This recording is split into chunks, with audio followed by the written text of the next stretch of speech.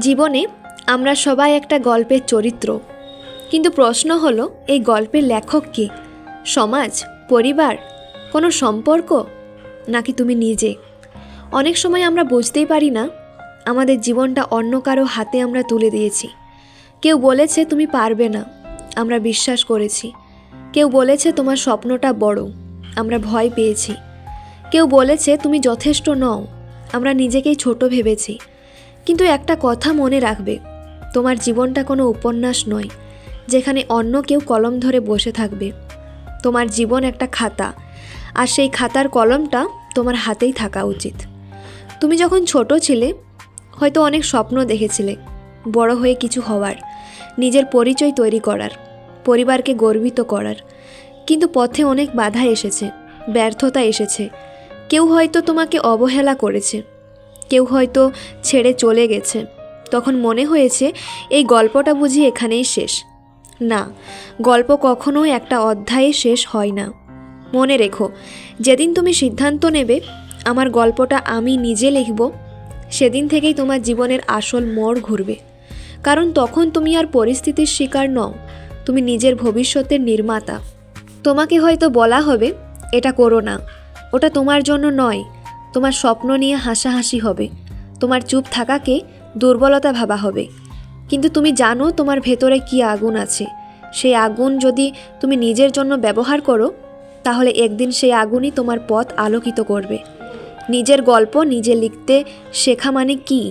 এর মানে হলো নিজের সিদ্ধান্তের দায়িত্ব নেওয়া। এর মানে হলো ভুল করলে স্বীকার করা, কিন্তু থেমে না যাওয়া। এর মানে হলো অন্যের অনুমতির অপেক্ষায় না থেকে নিজের স্বপ্নের পথে হাঁটা।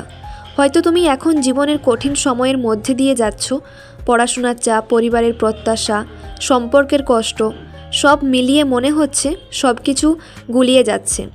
কিন্তু এই সময়টাই তোমার গল্পের সবচেয়ে গুরুত্বপূর্ণ একটা অধ্যায়। কারণ এখানেই তৈরি হচ্ছে তোমার শক্তি, তোমার সহনশীলতা, তোমার আত্মবিশ্বাস। তুমি যদি আজ কষ্ট পাও, সেটাকে লুকিয়ে রেখো না, কষ্টকে শক্তিতে বদলে দাও। যে অপমান তোমাকে ভেঙে দিয়েছে, সেটাকেই বানাও তোমার জ্বালানি। যে মানুষ তোমার মূল্য বোঝেনি, তার জন্য নিজেকে প্রমাণ করো না, নিজের জন্য প্রমাণ করো। একদিন তুমি পেছনে ফিরে তাকিয়ে দেখবে এই কঠিন দিনগুলোই তোমাকে তৈরি করেছে। জীবনে সবাই হাততালি দেবে না, সবাই বুঝবে না, কিন্তু তোমাকে সবার বোঝার দরকারও নেই। তোমার দরকার নিজের উপর বিশ্বাস। কারণ যখন তুমি নিজের গল্প নিজে লিখতে শুরু করবে, তখন তুমি আর অন্য কারো ছায়া নও, তুমি নিজেই আলো। ভুল হবে, ব্যর্থতা আসবে, মানুষ ছেড়ে যাবে, কিন্তু কলমটা ছেড়ে দিও না। কারণ গল্পের শেষ লাইনটা এখনও লেখা হয়নি। হয়তো সবচেয়ে সুন্দর অধ্যায়টা এখনও বাকি। নিজের গল্পটা এমনভাবে লেখো যাতে একদিন মানুষ পড়ে বলে, এই মেয়েটা, এই মানুষটা হাল ছাড়েনি। তোমার গল্পে কান্না থাকবে, লড়াই থাকবে, একাকিত্ব থাকবে, কিন্তু তার সাথে থাকবে সাহস, পরিশ্রম আর অদম্য ইচ্ছাশক্তি। আর এই তিনটা জিনিস থাকলে কোনো শক্তি তোমাকে থামাতে পারবে না। আজ থেকেই শুরু করো, ছোট একটা সিদ্ধান্ত নাও, একটা লক্ষ্য ঠিক করো, একটা অভ্যাস বদলাও। ধীরে ধীরে তোমার গল্প বদলাতে শুরু করবে। মনে রেখো, তুমি কারো বিকল্প নও, তুমি কারো অবহেলার ফল নও, তুমি এক অনন্য গল্পের প্রধান চরিত্র। আর সেই গল্পের লেখকও তুমি নিজে।